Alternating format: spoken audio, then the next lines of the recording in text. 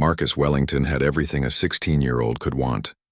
His father owned the biggest chain of luxury hotels in the country, and his mother came from old money that stretched back generations. Their mansion sat on 50 acres of perfectly manicured grounds, complete with a private lake, tennis courts, and a garage full of expensive cars that Marcus wasn't even old enough to drive legally. The boy had never heard the word no in any meaningful way. When he wanted the latest gaming console, 3 appeared in his room the next day. When he decided he was bored with his current bedroom, interior designers transformed it into whatever theme caught his fancy that week. His parents showered him with gifts, believing that material abundance equaled love and proper parenting. Marcus attended Prestwick Academy, an elite private school where most students came from wealthy families, but even among them he stood out for his arrogance. Teachers tolerated his behavior because of his family's generous donations to the school. Classmates either feared him or tried to win his favor, hoping some of his privilege would rub off on them. The problem was that Marcus had never faced real consequences for his actions. When he crashed his father's car into a neighbor's fence, his parents simply bought him a newer, more expensive vehicle and paid for the damage without a word of criticism. When he was caught cheating on his final exams, a large donation to the school made the problem disappear. When he bullied younger students, his parents dismissed it as boys being boys and blamed the other children for being too sensitive. This pattern of behavior had created a young man who believed he was above rules, above consequences, and above basic human decency. Marcus viewed people as either useful to him or beneath his notice. Service workers in particular received the worst of his treatment. He spoke rudely to waiters, ignored cleaning staff, and treated security guards like furniture. His parents, Robert and Victoria Wellington, were too busy with their social obligations and business dealings to notice how their son was developing. They attended charity galas and country club events, often leaving Marcus with nannies and tutors. When they were home, they preferred to avoid conflict, finding it easier to give Marcus whatever he wanted rather than deal with his tantrums. The Wellington family lived in a bubble of privilege that insulated them from the real world. Their neighborhood was gated, their schools were exclusive, and their social circle consisted entirely of other wealthy families. Marcus had never been exposed to people who wouldn't tolerate his behavior or who had the authority to enforce real consequences. This sheltered existence had warped Marcus's understanding of how the world worked. He believed that money could solve any problem and that his family's status made him untouchable. He had never met anyone who couldn't be bought, intimidated, or dismissed. His worldview was about to be challenged in a way that would change everything. The family had planned a trip to Europe for the summer, visiting several countries where Robert had business interests. Victoria was excited about the shopping opportunities in Paris and Milan, while Marcus was mainly interested in the expensive restaurants and exclusive clubs his father had promised to show him. They had no idea that this trip would become a turning point in their lives. Their first stop was a small but prestigious kingdom nestled between larger European nations. The country was known for its beautiful castles, rich history, and strong traditions of honor and respect. The royal family still held significant influence, and the people took great pride in their heritage and customs. Robert had business meetings scheduled with local investors who were interested in bringing one of his luxury hotel chains to their country.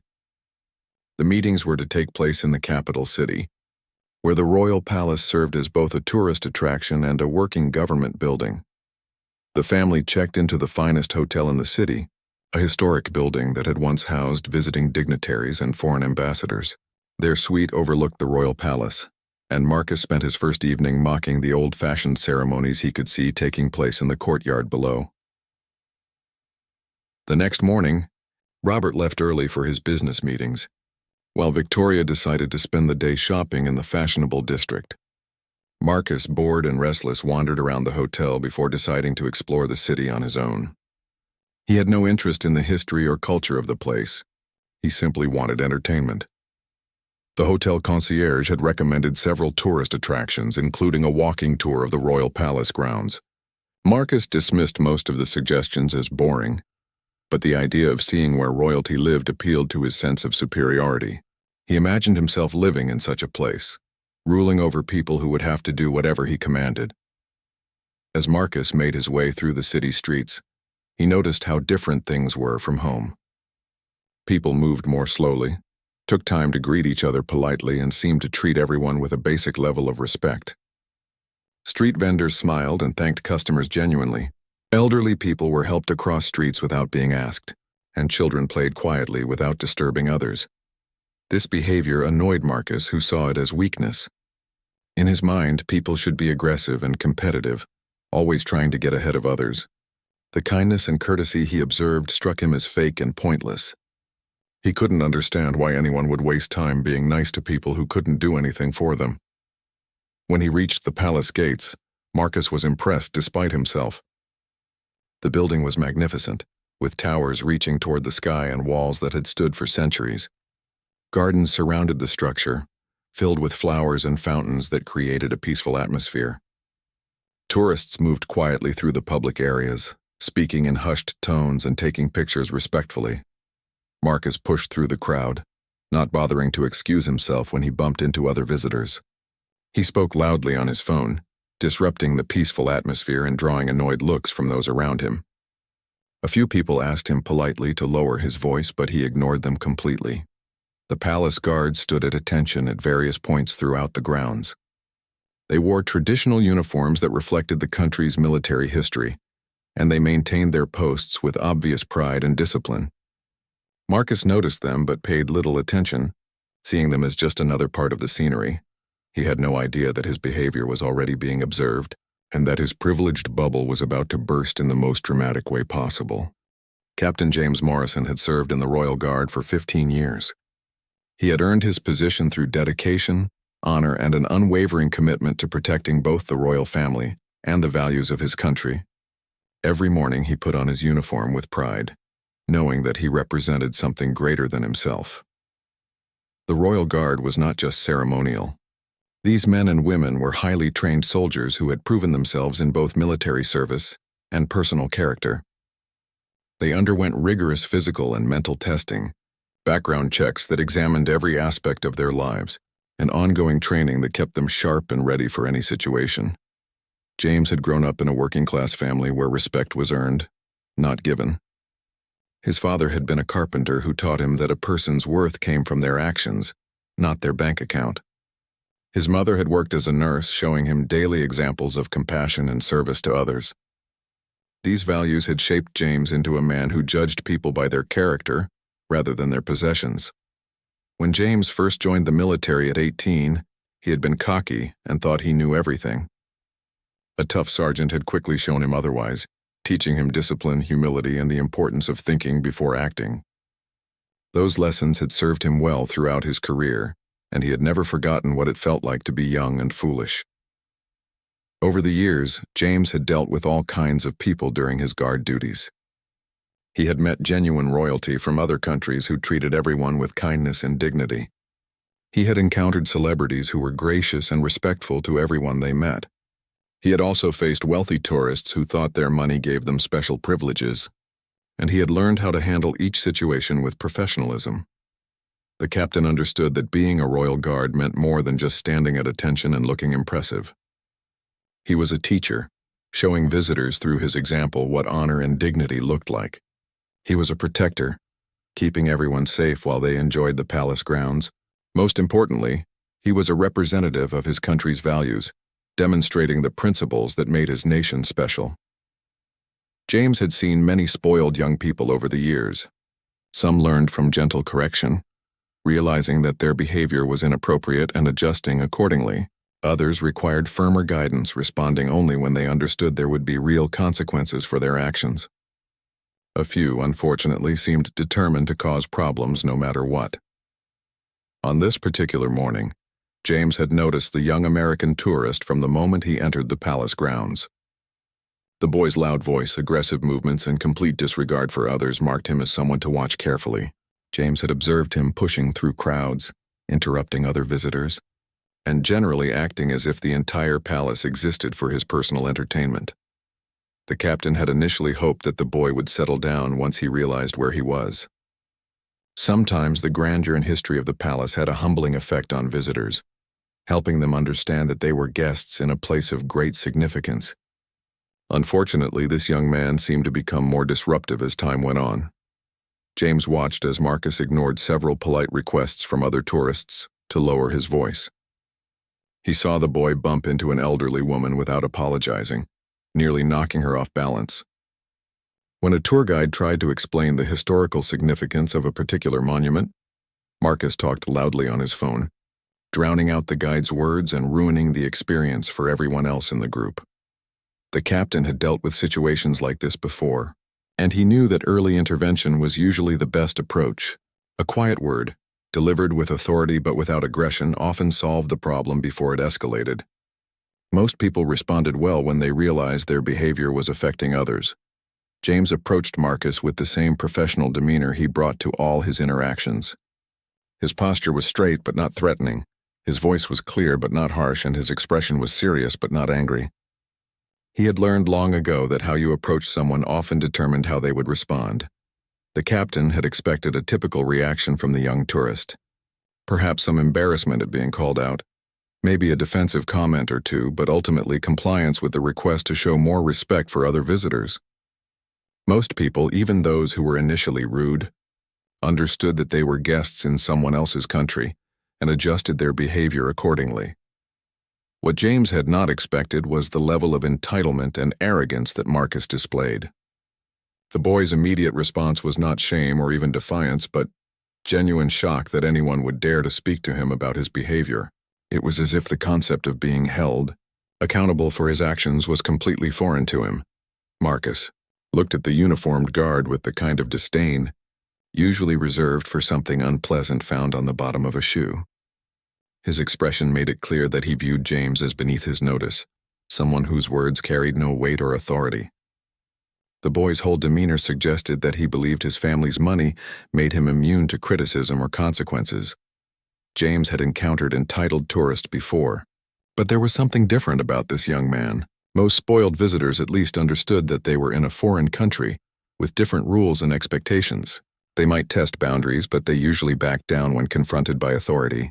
Marcus, however, seemed genuinely convinced that the normal rules didn't apply to him anywhere in the world. The captain realized that this situation was going to require more than his usual diplomatic approach. This young man had clearly never been taught proper respect for others, and his parents had obviously failed to prepare him for real-world consequences. James felt a familiar mixture of disappointment and determination that came whenever he encountered someone who needed to learn a difficult lesson. As a royal guard, James had sworn an oath to uphold certain principles.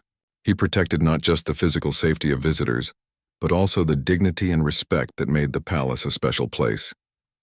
He ensured that everyone could enjoy their visit without being disturbed or disrespected by others. Most importantly, he represented the values of his country, showing visitors what honor and proper conduct looked like. The captain understood that what happened next would depend entirely on how Marcus chose to respond. James was prepared to be patient and educational if the young man showed any willingness to learn. He was also prepared to take firmer action if respect and courtesy continued to be ignored. Either way, this situation was going to be resolved properly. James had learned long ago that sometimes the greatest kindness you could show someone was refusing to enable their bad behavior. Allowing Marcus to continue disrupting other visitors wouldn't just harm those around him. It would also rob the young man of an opportunity to grow and improve. The captain was about to offer Marcus a chance to do the right thing, but he was also ready to ensure that lesson was learned one way or another. The confrontation began innocently enough. Captain Morrison approached Marcus with the same professional courtesy he extended to all visitors. His voice was calm and respectful as he said, "Excuse me, young man. I need to ask you to please lower your voice and be more mindful of the other visitors. This is a place of historical significance, and we ask that everyone help maintain a respectful atmosphere." Marcus slowly turned around, his phone still pressed to his ear. His eyes traveled from James's polished boots up to his face, taking in the uniform with obvious disdain. For a moment he simply stared, as if he couldn't believe someone dressed like a toy soldier had dared to interrupt his conversation. "Are you seriously talking to me right now?" Marcus asked, his voice dripping with disbelief. He didn't bother to end his phone call or even lower the device from his ear. "Do you have any idea who I am? My family owns more real estate than this entire country is worth." James maintained his professional composure, though he felt a familiar knot forming in his stomach. He had encountered this type of response before, but rarely from someone so young. "Sir, I understand you may not be familiar with our customs, but we ask all visitors to show respect for both the palace and other guests. Your family's business interests don't change that expectation." The words seemed to bounce off Marcus like water off glass. He finally ended his phone call, but only so he could give James his full attention. What he said next would echo through the palace grounds and change the course of his entire trip. "Listen here, you pathetic wannabe soldier," Marcus said, his voice rising loud enough for nearby tourists to hear clearly. "I don't know what third world country you crawled out of, but where I come from, people like you exist to serve people like me. You're nothing but hired help in a fancy costume, probably making minimum wage to stand around and look pretty for tourists." The words hit James like physical blows, but his training kept his expression neutral. Around them, other visitors had begun to stop and stare. An elderly couple from Germany looked shocked by the young man's behavior. A family with young children quickly moved away, clearly uncomfortable with the aggressive tone. Marcus was just getting started. The attention from the crowd seemed to energize him, as if he was performing for an audience. "You want to know who I am? My father could buy this entire palace and turn it into a parking lot. We have more money than your royal family ever dreamed of, and you're just some nobody in a uniform who thinks he has authority over me." James felt something shift inside him. The personal insults he could handle. He had been trained to deal with aggressive individuals without taking their words personally, but the disrespect being shown to his country, his uniform, and everything he represented was crossing a line that couldn't be ignored. "I need you to calm down and lower your voice," James said, his tone becoming firmer but still controlled. "You're disturbing other visitors and your behavior is inappropriate for this location. I'm asking you politely to adjust your conduct." This reasonable request seemed to enrage Marcus even further. His face flushed red and his voice became shrill with indignation. "Are you threatening me? Do you know what happens to people who threaten members of my family? We have lawyers who would destroy your entire life just for entertainment. We have connections in government that could have you fired with a single phone call." The young man stepped closer to James, invading his personal space in an obvious attempt at intimidation. "I could have this whole tourist trap shut down if I wanted to. One call to my father, and your precious palace becomes a commercial development. You should be thanking me for even setting foot in this backward little country." Other tourists were now openly staring at the scene unfolding before them. Some looked embarrassed for Marcus, while others appeared angry at his disrespectful behavior. A few were recording the incident with their phones, though Marcus seemed oblivious to this fact. James realized that this situation had moved far beyond a simple request for courtesy. This young man was not just being rude, he was actively insulting an entire nation and its people. As a representative of the royal guard, James couldn't allow such behavior to continue unchecked. "Sir, you need to understand that you are a guest in our country," James said, his voice taking on the authority of his position. "Your family's wealth doesn't give you the right to disrespect our customs or disturb other visitors. I'm going to need you to either adjust your behavior immediately or consider ending your visit to the palace grounds." The suggestion that he might be asked to leave seemed to push Marcus over the edge completely. His voice rose to a shout that could be heard across the entire courtyard.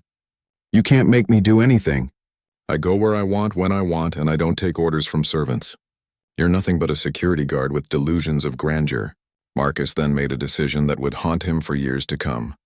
In his rage and arrogance, he reached out and gave James a hard shove, trying to push the guard aside. "Get out of my way, you pathetic excuse for a soldier. I'm done wasting my time talking to the help." The moment Marcus's hands made contact with James's uniform, everything changed. The casual disrespect had become physical assault. The loud complaints had become criminal behavior. And Marcus had just committed a serious offense against a member of the royal guard in full view of dozens of witnesses. James didn't stumble or fall from the push, but his training immediately kicked in. His hand moved to his radio, and his stance shifted into a more defensive position. The relaxed, patient demeanor he had maintained throughout the conversation disappeared, replaced by the alert readiness of a professional soldier.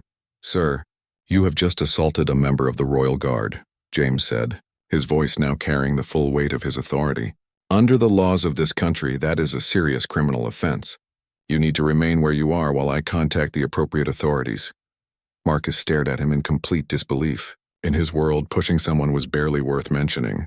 He had shoved teachers, pushed past servants, and physically intimidated anyone who got in his way without ever facing consequences.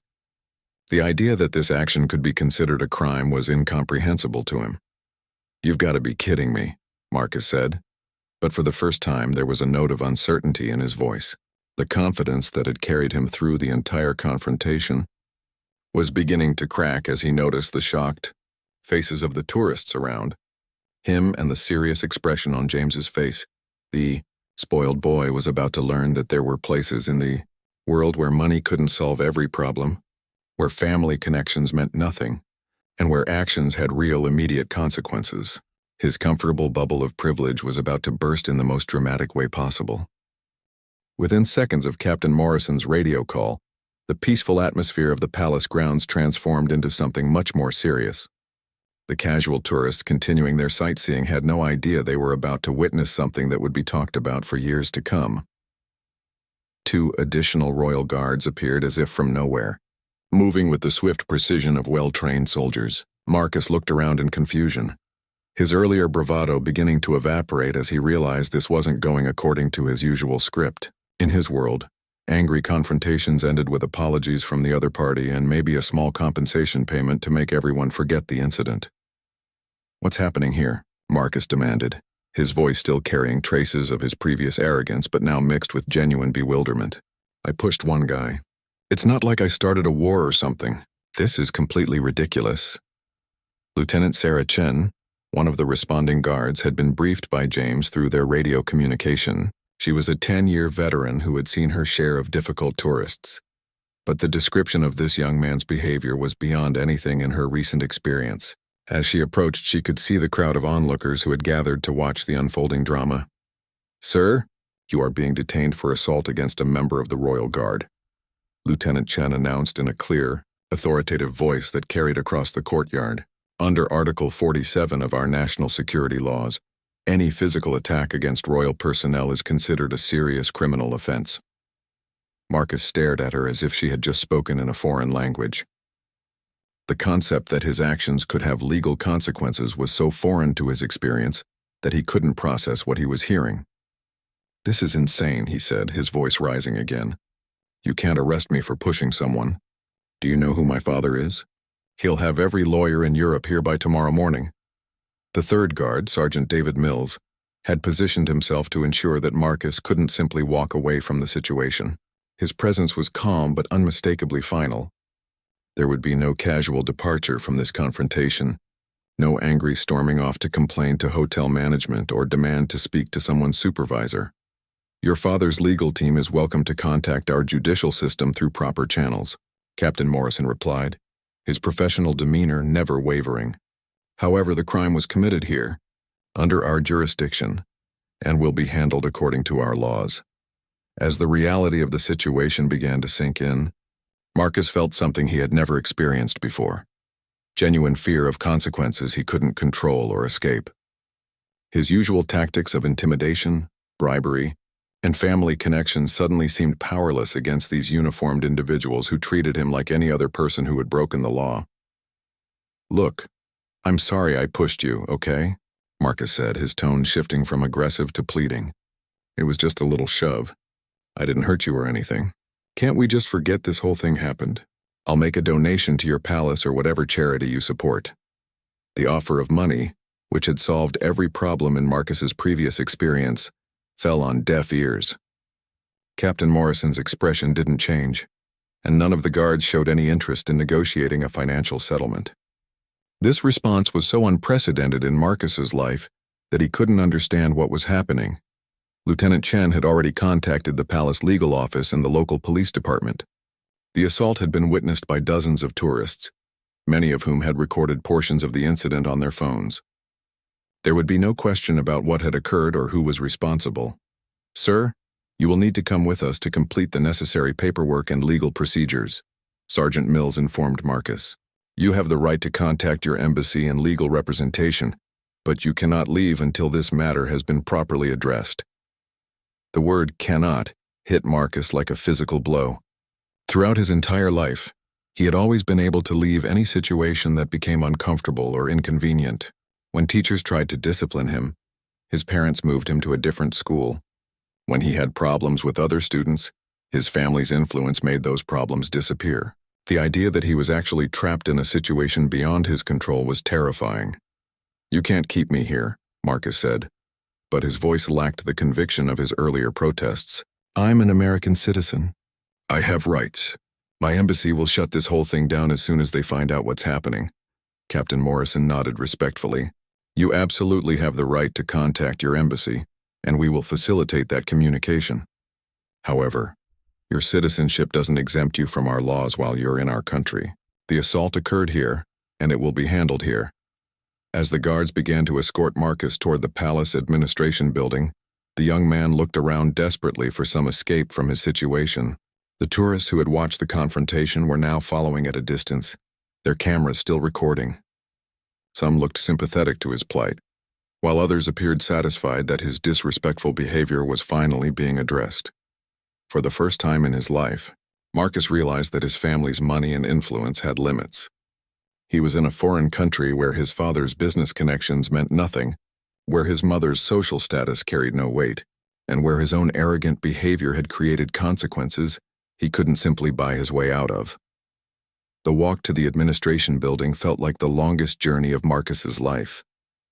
Each step took him further from the comfortable world where his family's wealth protected him from any real accountability.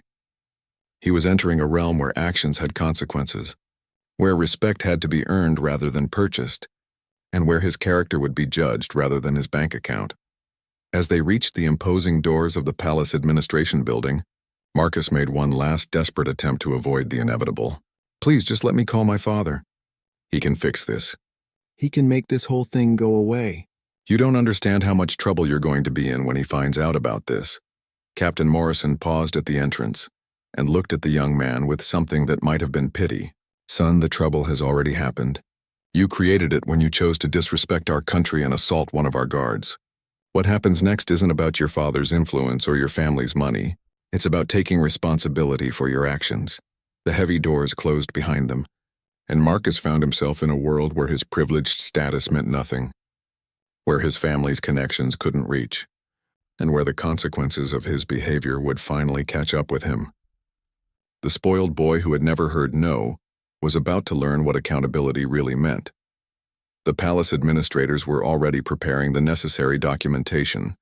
The legal system was being notified of the incident, and the American embassy would soon receive a call about one of their citizens who had gotten himself into serious trouble. Marcus's comfortable bubble of privilege hadn't just burst. It had completely disintegrated, leaving him face to face with reality for the first time in his life. The palace administration building was unlike anything Marcus had ever seen. Ancient stone walls were lined with portraits of kings and queens stretching back centuries, their painted eyes seeming to watch disapprovingly as he was escorted through corridors that had witnessed the rise and fall of empires. The weight of history and tradition pressed down on him, making his earlier boasts about his family's wealth seem hollow and meaningless. Director Elena Vasquez had been managing palace security and legal affairs for over 20 years. She had dealt with everything from diplomatic incidents to tourist emergencies, but cases involving assault against royal guards were rare and serious. When she received the call about the American teenager, her first reaction was disbelief, followed quickly by professional determination to handle the situation properly. Marcus was shown into a formal conference room where Director Vasquez waited with Captain Morrison and a court stenographer. The room's mahogany table had hosted negotiations between world leaders, and its walls displayed documents dating back to the founding of the kingdom. The contrast between the room's dignity and Marcus's crude behavior couldn't have been more stark. "Mr. Wellington," Director Vasquez began, her voice carrying the authority of someone accustomed to handling serious matters. "You have been detained for assault against a member of our royal guard. This is considered a grave offense under our laws, carrying potential penalties including imprisonment and permanent banishment from our country." The word imprisonment cut through Marcus's remaining defenses like a knife. In his world, problems were solved with money, not jail time. The idea that he could actually be locked up in a foreign prison was so terrifying that he felt physically sick. "There has to be some mistake," Marcus said, his voice barely above a whisper. "I just pushed him a little bit. That's not assault. That's barely even touching someone. People bump into each other harder than that on the subway." Director Vasquez consulted the written statement that Captain Morrison had prepared. "According to multiple witnesses, you deliberately and forcefully pushed Captain Morrison while shouting insults about his appearance, his profession, and his country. You also made threatening statements about your family's ability to damage our tourism industry and have our staff dismissed." As the formal language of the legal system described his actions, Marcus began to realize how his behavior must have appeared to others. What had felt like justified anger in the moment now sounded petty and cruel when read back in official terminology. "I want to call my father," Marcus said, grasping for the one solution that had always worked before. "He'll straighten this whole thing out. He knows important people. He can make this go away." Director Vasquez nodded professionally. "You certainly have the right to contact your family and the American Embassy. However, I need you to understand that this incident has already been documented and reported through proper channels.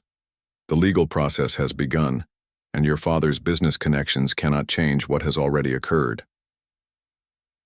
The phone call to Robert Wellington was one of the most difficult conversations Marcus had ever attempted. Trying to explain to his father that he was being held by foreign authorities for assault was complicated by the fact that he still didn't fully understand the seriousness of his situation. "Dad, you need to get me out of here," Marcus said, his voice shaking with panic. "These people are crazy. They're treating me like I committed some serious crime just because I pushed a security guard. You have to call someone important and fix this." Robert Wellington's initial reaction was exactly what Marcus expected. Anger at the foreign authorities, demands to speak to supervisors, and immediate plans to mobilize the family's legal and political resources. But as the conversation continued and the details became clear, Robert's tone began to change. "Marcus, tell me exactly what you said to this guard," Robert demanded, word for word. "Everything you remember." As Marcus reluctantly recounted his insults about the guard's appearance, his country, and his profession, he could hear his father's breathing become heavier on the other end of the line. When he described the physical push and the threats about his family's power, there was a long silence.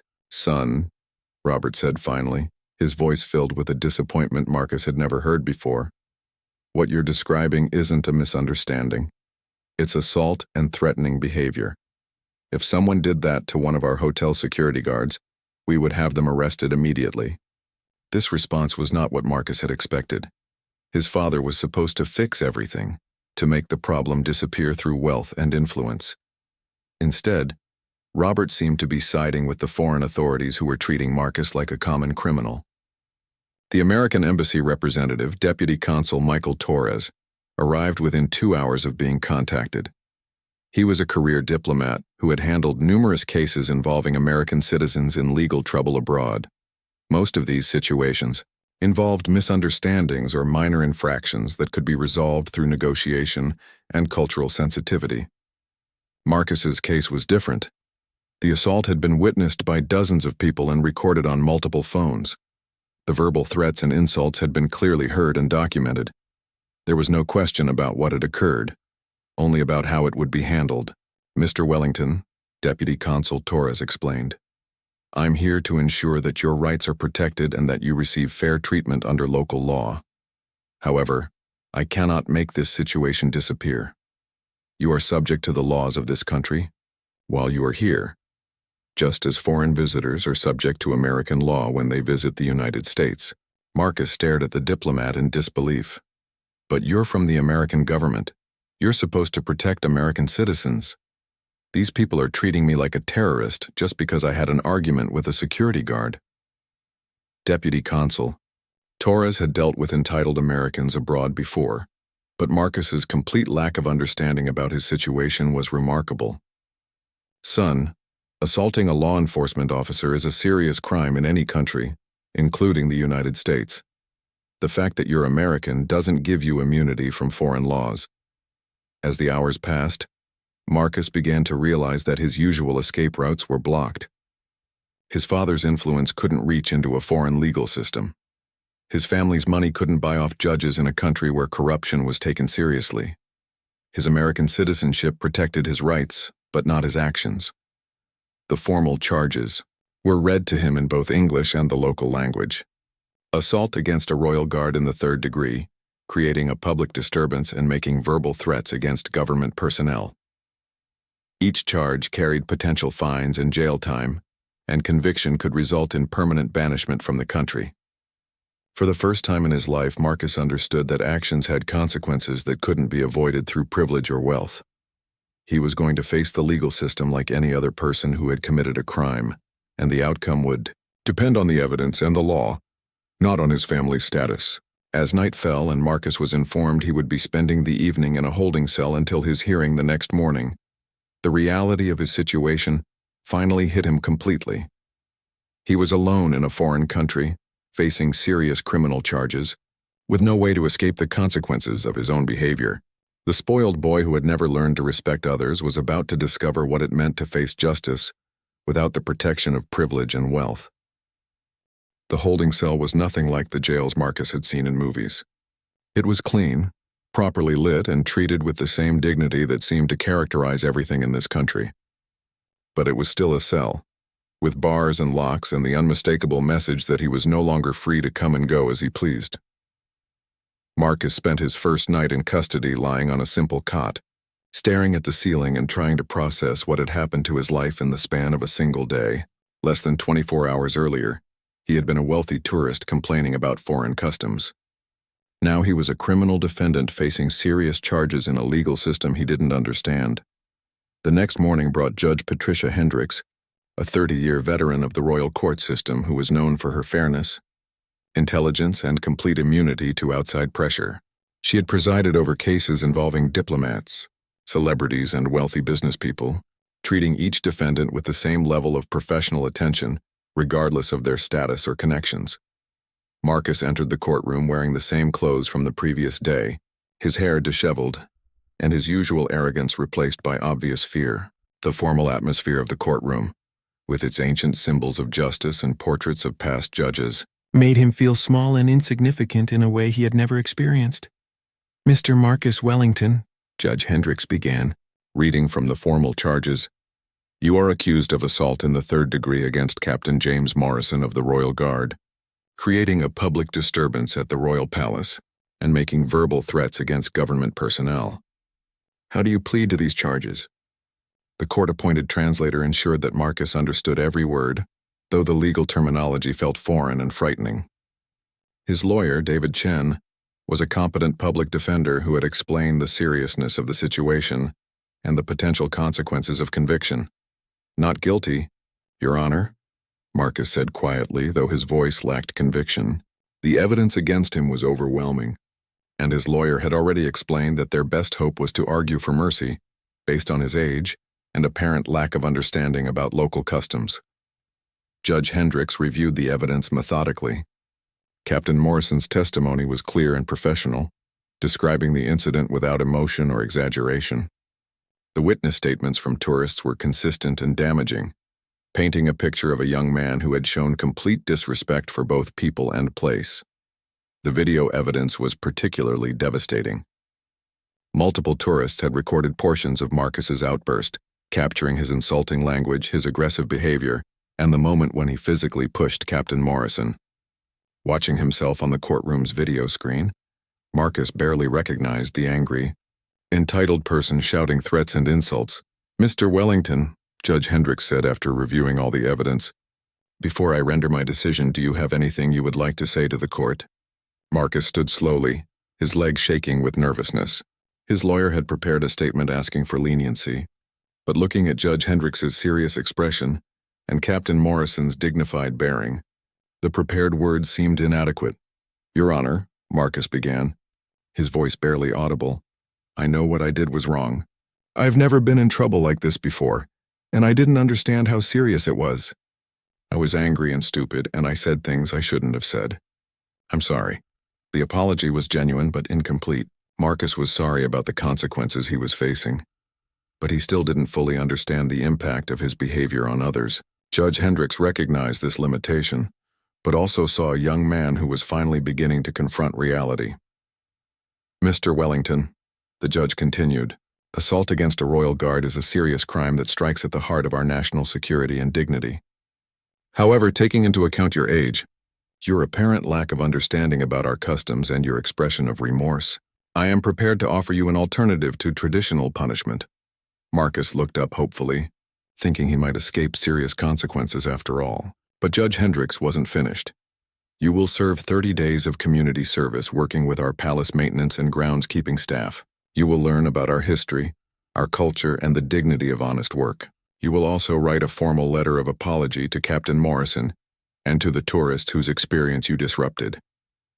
The sentence continued, with additional requirements that made Marcus's hope evaporate. He would be prohibited from leaving the country during his service period. His passport would be held by the court. He would check in daily with a probation officer and submit weekly reports on his community service activities.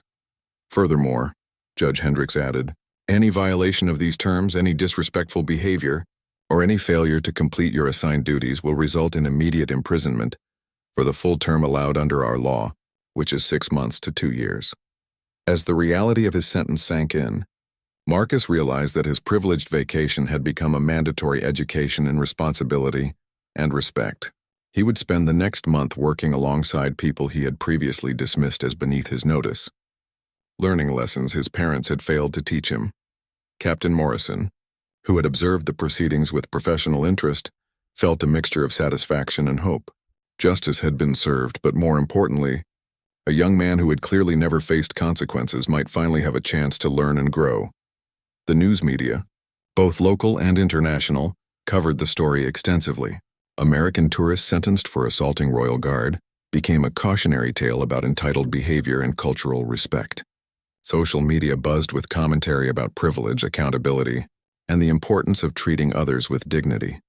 Robert and Victoria Wellington arrived in the country 2 days after the sentencing, having canceled their business meetings and social obligations to deal with their son's situation. Their first meeting with Marcus in over a week was emotional and difficult. "How could you let this happen?" Victoria asked, tears streaming down her face. "We gave you everything you ever wanted. How could you embarrass our family like this?" But Robert's reaction was different. Looking at his son in the simple work clothes provided by the court, seeing the fear and confusion in Marcus's eyes, he began to understand that their parenting approach had created this situation. "Son," Robert said quietly, "maybe we're the ones who let this happen. Maybe we failed to teach you things that really matter." Marcus would spend the next 30 days learning those lessons the hard way, discovering what it meant to work with his hands, to serve others, and to earn respect through character rather than wealth. The spoiled boy was finally getting the education he had never received, taught by people who understood the value of dignity, hard work, and treating others with respect. His real education was just beginning. 3 years had passed since Marcus Wellington's life-changing encounter at the royal palace. The spoiled teenager who had assaulted a royal guard and faced the consequences of his actions had grown into a young man that few people from his past would recognize. Marcus now worked as a youth counselor at a residential facility for troubled teenagers, many of whom came from backgrounds of privilege and entitlement similar to his own. His office walls were decorated not with expensive art or family photos, but with thank you letters from young people whose lives he had helped turn around. The transformation hadn't been immediate or easy. Those 30 days of community service had been the most difficult period of Marcus's life, but also the most educational. Working alongside the palace maintenance staff, he had learned what real dignity looked like in the form of men and women who took pride in honest work and treated everyone with respect, regardless of their social status. Miguel Santos, the head groundskeeper who had supervised Marcus during his sentence, had become an unlikely mentor. Despite Marcus's initial attitude problems and complaints about the physical labor, Miguel had patiently taught him not just how to maintain gardens and clean buildings, but how to find satisfaction in work well done. "You think you're too good for this work," Miguel had told him during his first week, "but you don't understand what good really means. Good isn't about money or family names. Good is about how you treat people and what you contribute to the world." Day by day, Marcus had begun to see the world differently. He watched how the palace staff interacted with each other and with visitors, treating everyone with kindness and professionalism. He saw how Captain Morrison, whom he had insulted and assaulted, maintained his dignity and continued his duties without any trace of resentment or anger. The letter of apology that Judge Hendricks had required turned out to be one of the most important pieces of writing Marcus had ever attempted. Writing to Captain Morrison, he was forced to confront not just what he had done, but who he had been and why his behavior had been so harmful. Dear Captain Morrison, the final letter had read, I know that saying I'm sorry cannot undo the disrespect I showed you and your country. I insulted your profession, your appearance, and everything you stand for, not because of anything you did wrong, but because I had never learned to treat people with basic human dignity. You responded to my terrible behavior with professionalism and fairness, showing me what real strength and character look like. I hope that someday I can become the kind of person who deserves your respect. Captain Morrison had kept that letter, and 3 years later, he and Marcus maintained a correspondence that had evolved into genuine friendship. The guard had watched with pride as Marcus transformed his life and dedicated himself to helping other young people avoid the mistakes he had made. Marcus's parents had also undergone their own transformation. Seeing their son face real consequences for the first time had forced Robert and Victoria Wellington to examine their own parenting and values.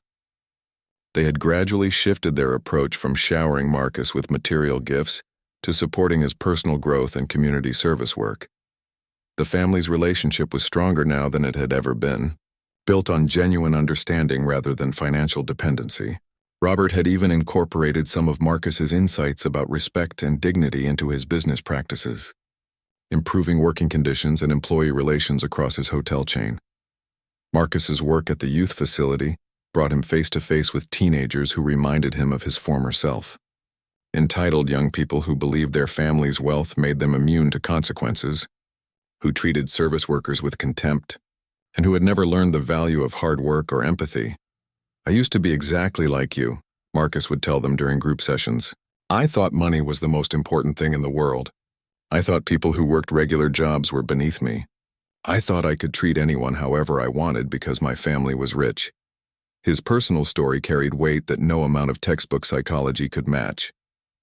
When these troubled teenagers heard about his arrest, his court sentence, and his month of community service, they understood that consequences were real, and that privilege couldn't protect them from their own bad choices forever.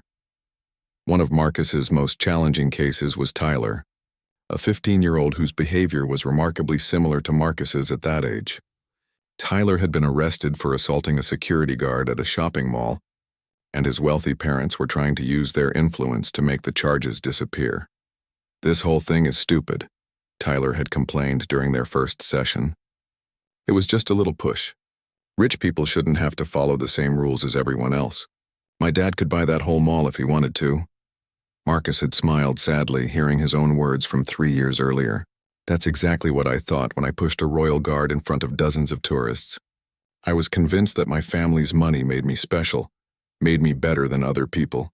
Do you want to know what I learned from that experience? Through patience, understanding, and the credibility that came from having walked the same path, Marcus was able to help Tyler begin his own journey toward accountability and respect. It was difficult work, often frustrating, but deeply rewarding when he saw young people begin to understand the lessons he had learned. Marcus had also maintained relationships with several of the tourists who had witnessed his breakdown at the palace. Through social media and email, he had apologized to each family whose experience he had disrupted, and many had expressed amazement at his transformation. The German couple, Klaus and Ingrid Müller, had become particularly supportive friends. When we saw you that day, Ingrid had written, we thought you were just another spoiled American tourist who would never learn anything from the experience. We are so proud to see how wrong we were. Captain Morrison had been promoted to Deputy Commander of the Royal Guard, and he often shared Marcus's story during training sessions for new guards.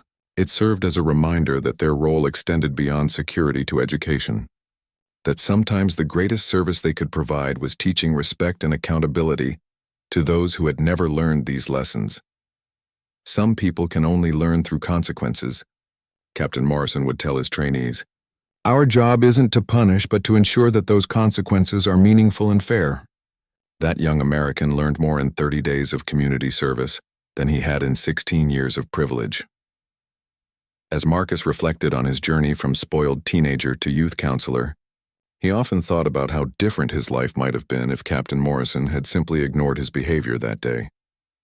Without facing real consequences, he probably would have continued down a path of entitlement and disrespect, never learning the values that now defined his character. The experience had taught him that true strength came not from money or family connections, but from treating others with dignity and taking responsibility for one's actions. It had shown him that real satisfaction came from contributing to others' well-being rather than just accumulating possessions. Marcus Wellington had learned the hard way that privilege without responsibility was worthless, that respect had to be earned through character rather than purchased with wealth, and that the most important lessons in life often came from the most difficult experiences. The spoiled boy who had once believed himself above consequences had become a man dedicated to helping others learn these same crucial lessons before it was too late.